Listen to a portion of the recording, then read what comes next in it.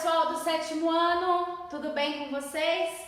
Pessoal, nessa aula nós vamos trabalhar a semana 1, 3 e 4 do PET número 4, tá? Por que nós vamos trabalhar essas 3 semanas nessa única aula? Porque faz parte de um mesmo assunto, pessoal, que é a colonização do Brasil, ok? Então nós vamos ver desde o período colonial até lá o finalzinho da colonização, lá no processo do engenho do açúcar. Tudo isso nós vamos ver nessas 3 aulas, dessas 3 semanas, 1, 3 e 4. Tudo bem? Então, vem comigo!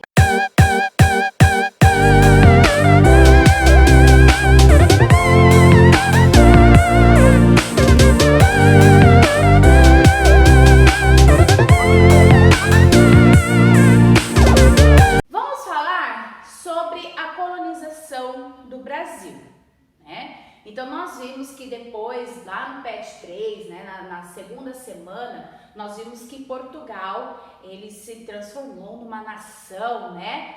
Numa nação onde houve a centralização do poder na mão de um rei, tá? Então, se transformou aí numa monarquia nacional.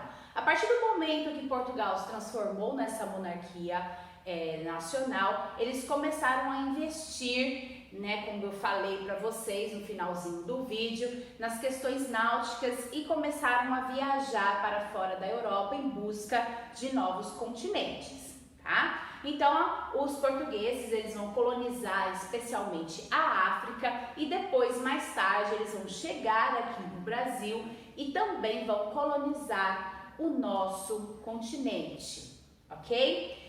Quando os portugueses eles chegaram aqui, né, no caso aí em 1500, eles não encontraram o continente americano vazio, né? Existiam pessoas vivendo aqui, que eram aí os indígenas. Nós falamos também sobre os indígenas do Brasil numa aula que está gravada aí lá no nosso canal. Quem não assistiu, pode assistir, tá? Então eles encontraram esses indígenas. Vamos falar um pouquinho como que foi esse primeiro contato, né? Quando os portugueses chegaram aqui e encontraram esses indígenas, houve assim um estranhamento mútuo, tanto da parte dos portugueses quanto da parte desses indígenas. Então, os portugueses, eles encontraram os indígenas seminus, né, com uma cultura totalmente diferente, falando uma língua totalmente diferente das dos portugueses. E a mesma coisa aconteceu em relação aos indígenas. Então as pessoas, os portugueses totalmente vestidos com aquelas roupas, né, pesadas, num calor, enfim, né, com armas, numa caravela, enfim, houve esse estranhamento aí, esse choque de culturas, tá? Para os portugueses, os indígenas brasileiros, eles eram assim, inferiores a eles, né, aos europeus. Sempre teve esse pensamento, tá? Então os europeus acreditavam que esses indígenas eles eram inferiores, eles eram primitivos, o que a gente viu que não era verdade, tá? Nos vídeos que a gente tem aí no nosso canal que vocês puderam assistir. Então esses aí foram os primeiros contatos com os indígenas e ocorrendo aí esse estranhamento mútuo, tanto quanto para os portugueses quanto para os indígenas. Quando os portugueses chegaram, como eu já falei no ano de 1500, eles a princípio, nas primeiras expedições, né, pelo litoral, eles não encontraram o que eles queriam. O que é que eles queriam? Ouro, né, joias preciosas, eles não encontraram, tá? Então eles ficaram assim extremamente desanimados, né? Mas eles encontraram uma outra coisa muito importante ali na Mata Atlântica quando eles estavam em expedição, que era uma árvore. Você já sabe que árvore é essa? O pau-brasil, né? O pau-brasil se extrai uma tinta dessa árvore e que era extremamente importante para tingir tecidos e muito caro no comércio europeu. Então, eles não encontraram ouro, mas eles encontraram essa árvore, tá? Só que aí, gente, precisava de alguém para arrancar as árvores, né? Cortar as árvores e levar as árvores, né? Embarcar as árvores para a Europa. Então eles utilizaram que mão de obra a princípio? A mão de obra indígena para fazer esse trabalho, né? Só que eles tiveram assim, os indígenas, eles não foram a princípio escravizados, né, para arrancar essas árvores. Houve aí um acordo chamado de escambo, né? Através do escambo, os indígenas, eles faziam esse trabalho. Então, deixa eu explicar para vocês o que foi o escambo, tá? Em troca de bugigangas, espelho, pente e outras cositas mais, os indígenas trabalhavam para os portugueses, arrancavam essas árvores e encaminhavam para serem embarcadas para a Europa. Tá? Então foi assim que ocorreu essa mão de obra, através desse acordo, né? Desse acordo que foi chamado aí de escambo. Só que essa convivência, né, pacífica, então, a princípio houve uma convivência pacífica entre os indígenas, né, e os portugueses. Só que essa convivência pacífica, ela começou a acabar quando os portugueses quiseram escravizar os indígenas, tá? Lembrando que a igreja, né, a Igreja Católica, ela condenava essa prática, ela era contra a escravização desses indígenas, desses nativos. Bom, não foi a primeira expedição, né? Não foi a primeira e nem a única a expedição de Pedro Álvares Cabral, né? A pessoa que chegou aqui em primeiro aqui no Brasil, tá? Houve aí outras expedições. Em 1501, um ano depois, né, da expedição de Pedro Álvares Cabral, houve a expedição de Gaspar Lemos. Ele tinha como objetivo chegar aqui no Brasil, identificar e nomear as principais áreas do litoral brasileiro, né, e mandar essas informações aí para Portugal. A terceira expedição, que ocorreu em 1503, foi de Gonçalo Coelho. Ele tinha a função, né, de extrair essa madeira, né, esse pau-brasil, e enviar aí para a Europa com a mão de obra indígena através ainda do escambo. A princípio, os portugueses, eles não se empenharam em povoar, né, o Brasil, né, o continente americano, nosso continente, tá? Então, o que eles fizeram a princípio? Eles só construíram aí feitorias e fortalezas para proteger aí a madeira, né, os seus produtos, para serem ali levados para a Europa. Então, eles não povoaram a princípio o Brasil, tá? Mas o que estava acontecendo? Os franceses estavam ameaçando Portugal aí em relação à colonização do Brasil. Primeiro que ele estava roubando, né, pirateando o pau-brasil, que era um monopólio de Portugal. O pau-brasil era monopólio de Portugal, só que os franceses estavam aí, tipo, pirateando, roubando a madeira, né, na cara dura. E eles queriam, né, os franceses tinham interesse, então, de povoar esse local, né, de povoar o nosso continente. Então, o rei de Portugal, a coroa portuguesa, preocupada com essa situação, né, teve que tomar uma atitude e pensar em colonizar, em povoar essa região, né, esse continente, antes que outros países e outras nações fizessem isso, certo? Então, em 1530, pessoal, olha só depois de 30 anos, tá? Então, Pedro Álvares Cabral chegou aqui em 1500 e só em 1530, depois de 30 anos, que o rei de Portugal ele pensou em povoar esse continente de fato. Então, ele trouxe para cá uma expedição chefiada aí por Martim Afonso de Souza, e ele aí fundou a primeira vila de São Vicente, aí na cidade de São Paulo, né, onde hoje é a cidade de São Paulo, tá? A economia nesses locais, gente, se baseou aí na plantação de cana-de-açúcar. Por que eles plantaram cana-de-açúcar e não outro bem agrícola? Porque os portugueses, eles já sabiam como lidar com essa plantação. Eles já faziam isso na África, tá? Então, eles tinham todo o aparato, todo o conhecimento em relação a como plantar e colher e transformar aí essas terras em grandes engenhos, e também porque o clima aqui no Brasil ele era extremamente favorável para a plantação de cana-de-açúcar. Então foi por isso que se escolheu esse bem agrícola, né? Esse tipo de agricultura que foi a cana-de-açúcar para se plantar nessas terras, tá? A princípio, eles queriam utilizar a mão de obra indígena, agora sim, escrava, não era aquela coisa de escambo, mas não como foi ao princípio. É claro que os indígenas, eles não aceitaram ser escravizados, e também a Igreja Católica, como eu falei para vocês, proibiam essa prática, era contra essa prática. Então, quem começou a trabalhar nesses grandes engenhos, né, nessas produções de cana-de-açúcar aí, né? Foram os negros vindos da África, tá? Então, os negros nos grandes navios negreiros, né? No chamado aí tráfico negreiro, eles foram trazidos da África para cá para trabalhar, para servir de mão de obra escrava dentro dessas terras, desses grandes engenhos do açúcar. Tudo bem? Então, a primeira forma, né, de povoar esse continente, né, o nosso Brasil varonil, foi através das capitanias hereditárias, tá?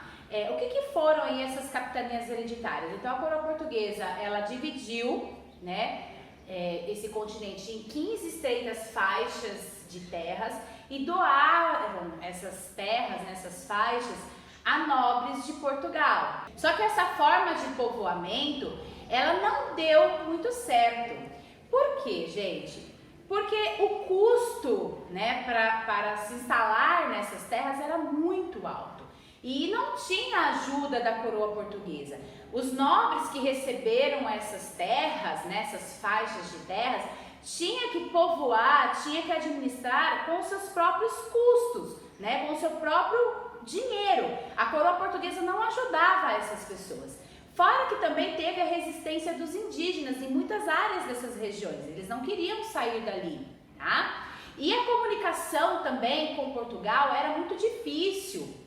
Então, por isso que muitos desses nobres, eles abandonaram as terras. Muitos não chegaram nem a vir para o Brasil para tentar povoar essa região doada, né, aí pela coroa portuguesa, tá? Então, as capitanias hereditárias, elas não deram certo, a não ser duas, tá? Somente duas prosperaram, que foi aí a de São Vicente e Pernambuco, ok? Essas duas, sim, elas prosperaram com a economia da cana-de-açúcar, tá? Com a plantação aí de cana-de-açúcar.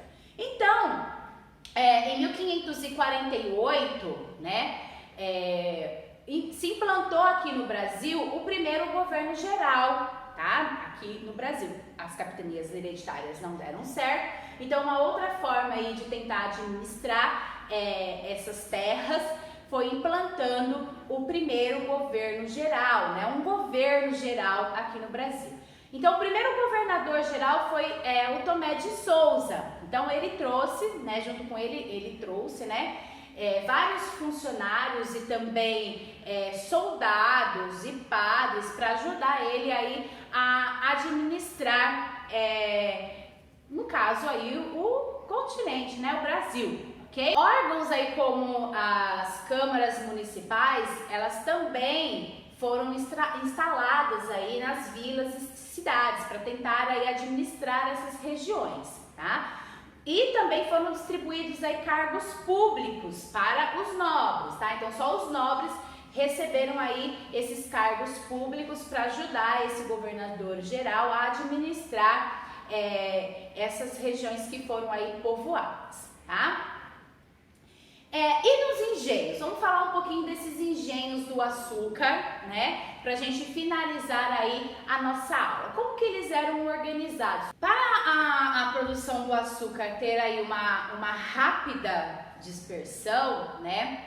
Esse sistema, né, de engenho da cana-de-açúcar ter assim, uma rápida dispersão, a coroa portuguesa, ela doou lotes de terras em regime aí de sesmarias. Como que isso funcionava? Então, as pessoas, elas recebiam aí lotes de terras, né, para implantar aí os engenhos, né, os engenhos do açúcar, porque ele queria que a produção de açúcar